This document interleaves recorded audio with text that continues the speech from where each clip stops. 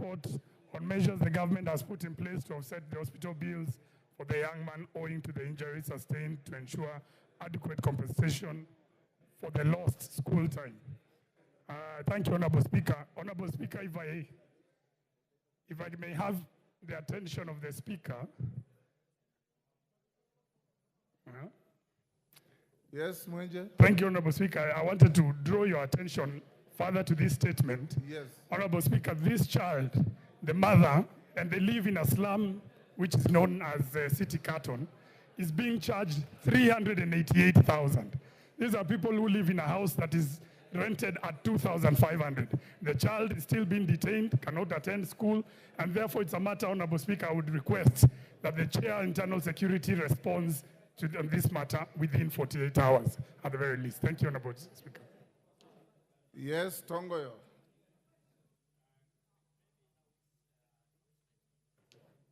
Are you able to respond on Thursday afternoon? I will, sir. Yes. Thursday afternoon. That's a week. Mwenje. This Thursday. Okay, give me to do it on Tuesday, sir. Mr. Tuesday? Speaker. Yeah. Okay, Mark, you can wait for Tuesday. That's a week. Honorable Doris Donya, member for Kisii County. Thank you, Mr. Speaker. I wish to request for a statement regarding theft and vandalism of Kenya Electricity Transmission Company infrastructure in Kisii County.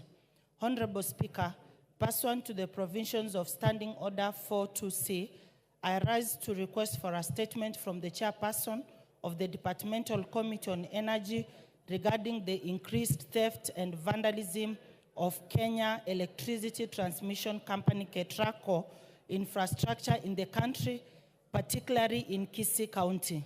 Honorable Speaker, on the morning of Tuesday, 7th May 2024, the entire Kisii County was plunged into a power outage after a suspected gang attacked the Kenya Electricity Transmission Company, KETRACO, in Kegati sub-county and vandalized key power equipments. This attack caused losses of lives due to the disruption of the operation of critical life support equipment in hospitals, as well as loss of business opportunities that are dependent on electricity supply. Honorable Speaker, cases of theft and vandalism of power transmission equipment are not new in Kisii County and indeed in the other parts of the country. Sadly, KETRACO seems to be doing little to avert this rampant menace. It is unfortunate to note that KETRACO has been doing little to avert on the fateful day of the theft and vandalism of power transmission equipment at the Kegati substation. The CCTV cameras were not in place, thereby making it difficult to identify and track the perpetrators of the destructive acts. Honorable Speaker, it is against this background that I request the chairperson of the Departmental Committee on Energy to appraise the House on the following. 1, the strategies that the ministry intends to implement to track down and prosecute all KETRACO infrastructure vandals. 2, the action plans the ministry has put in place to ensure proper security measures for the expensive KETRACO equipment that has cost a lot of taxpayers' money. And lastly, the support mechanisms that the ministry is instituting to aid businesses, hospitals, and citizens whose daily operations are negatively affected by the power outages. Mr. Speaker, for the power outages, for example, the diabetic patients who use insulin and they don't have power. That is the great injustices, Mr. Speaker, to the patients. Thank you very much. Chair Energy. Is the Chair Energy Kawaya? Is he in the House? Any member from the Energy Committee? Mandazi?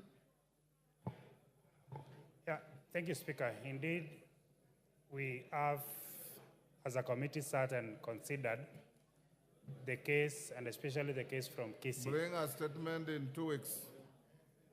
Yes, in 2 weeks, Mr. Speaker. Honorable Mashua Waithaka.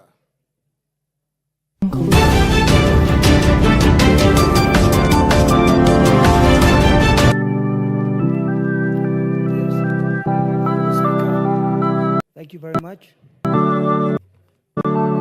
Speaker, pursuant to the provisions of the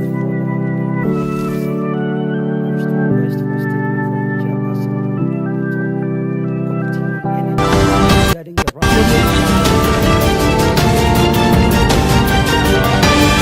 constituency. Speaker, electricity is crucial to modern communities and is an essential input to many public services. Unfortunately, over the past 10 years, constituency and other towns across the country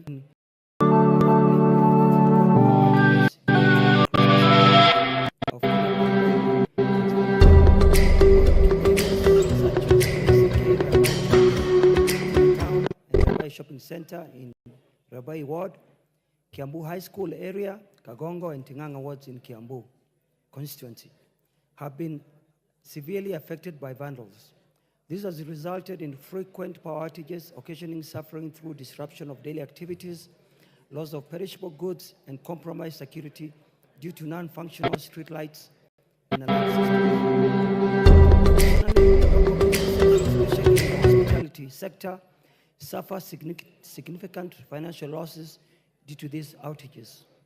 Further, essential services such as healthcare facilities and schools have been affected, compromising the standards of health and living.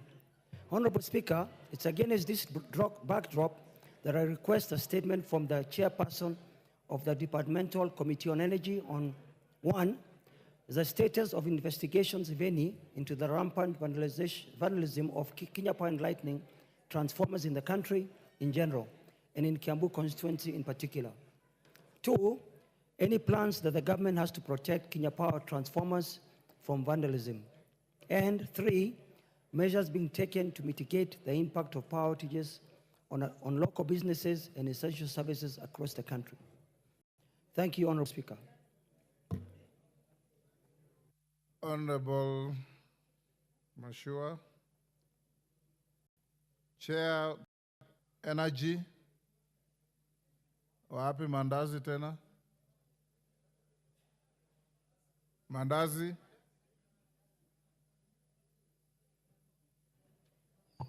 Yes, Speaker.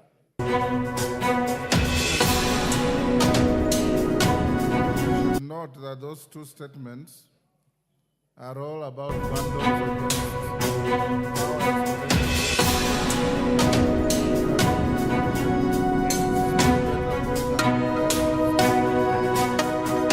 Assure the House and the country that power is available to every citizen.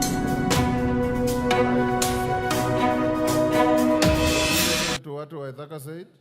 Yes, I've listened. Together, I've heard the statement from Honorable from Kisi. Okay. Thank you. Thank you. Honorable members,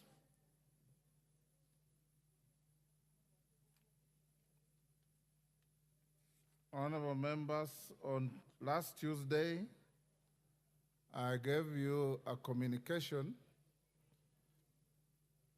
following complaints by several members, and I indicated that Honorable Koimburi of Juja had called the Speaker and indicated his absence that day. He was going to Mombasa.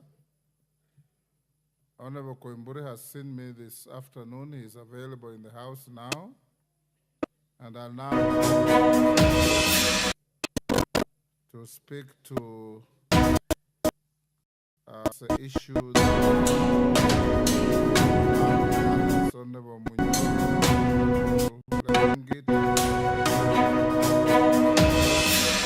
Honorable Didmas Baraza and others writing the Speaker and those Speaker's chamber to raise verbal complaints. Honorable Koimburi, the floor is yours. Thank you, Honorable Speaker, for this opportunity. I rise just to apologize to my colleagues and members of this House. As you read my letter last week on Tuesday, I did not indicate why I am apologizing, but I'm here to indicate that, or to say this. I was in church and I make a mistake by saying that the members of parliament that voted yes, they were bribed with the 2 million.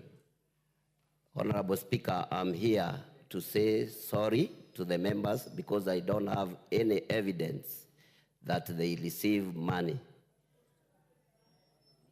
Honorable Speaker, those was just a hearsay that I heard when we was voting during the second reading of finance bill.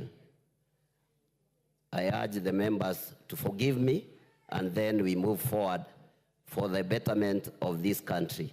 Thank you, Honorable Speaker. Thank you, Honorable Koimburi. Deputy Speaker. Thank you, Honorable Speaker. I just wanted to help Honorable Koimburi to learn how to seek forgiveness. Before you seek forgiveness, you must confess the lie first.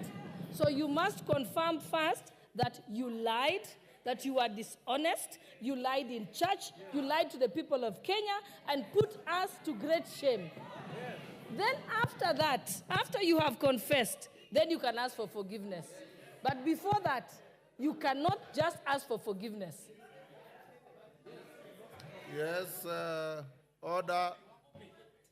Honorable Wamumbi.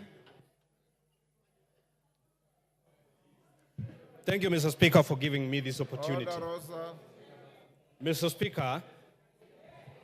Speaker, some of us lost properties because Honorable Koimburi lied that we received 2 million so that we could vote for the finance bill. Mr. Speaker, I'm asking one question. Is Honorable Koimburi ready to go back to the same church and apologize from the same church that he lied? Mr. Speaker, we must speak the truth and tell each other the truth. Is Honorable Koimburi ready to go to the same church and admit on the same pulpit that he lied and he incriminated these members of parliament, Mr. Speaker? Thank you. Honorable Ruku. Thank you, Mr. Speaker. First, Honorable Koimburi is insincere, even with his apology. Is insincere, even the way the letter is worded.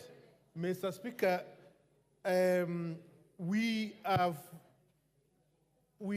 lost faith with people of the Republic of Kenya because of the lie of Honorable Koimburi. And I think we should not even call him honorable, because he has proved he is not honorable. If he can be able to write in front of the church that members who voted yes received 2 million on his feet in front of clergy, then I think, Honorable Speaker, we need to prescribe a very harsh punishment of Honorable Koimburi. And before we do that, we need to do exactly what Honorable Deputy Speaker has said, to prescribe his apology in clear terms so that we can decide whether we are going to forgive him or not. Mr. Speaker, otherwise, as a member who voted yes, I am not ready to forgive Honorable Koimburi for lying. Thank you, Honorable Speaker. Wangari. Thank you. Order. Thank you. Order, honorable members. Thank you, Mr. Speaker. Mr. Speaker, first of all, the apology is tendered to the people who voted yes in this House. And what we have suffered, Mr. Speaker, cannot even be quantified in a single letter, Mr. Speaker. Many members have been harassed for no reason. And Mr. Speaker, one thing that Honorable Koimburi, and I'm very sad because I knew the father. The father is from my constituency. He was a very honest man. I don't know who became of this Honorable Koimburi, Mr. Speaker, because he lied through the teeth in the pulpit, and with no shame. Mr. Speaker, what we need, even as we go to forgive Honorable Koimburi, we must set a precedent in this house, Mr. Speaker, that you cannot just say things outside there, incriminating members of parliament, incriminating the whole house, Mr. Speaker, and get away with it, Mr. Speaker. We must have him pay damages, but more importantly, we must have him taken action against by the Speaker, Powers and Privileges Committee, Mr. Speaker. There must be clear so that next time, any member who would like to drag the names of members under the bus to look good, Mr. Speaker, then they will think twice. And Mr. Speaker, one thing Honorable Koimburi must realize, he may have been doing this to look good. By the way, the whole house, one is rotten, all of us will be rotten, including him, Mr. Speaker. So I hope that this will be a lesson, and the precedent that will be set from your desk, Mr. Speaker, will discourage others from going the route that Honorable Koimburi has gone. It is a shame, and he should be ashamed of himself. Thank you, Mr. Speaker. Owen Bayer. Honorable Speaker, you know, Honorable Speaker, I come from a priestly lineage. And the Bible is very clear that forgiveness is divine. Now, if the forgiveness is divine, upon seeking for it, we are obliged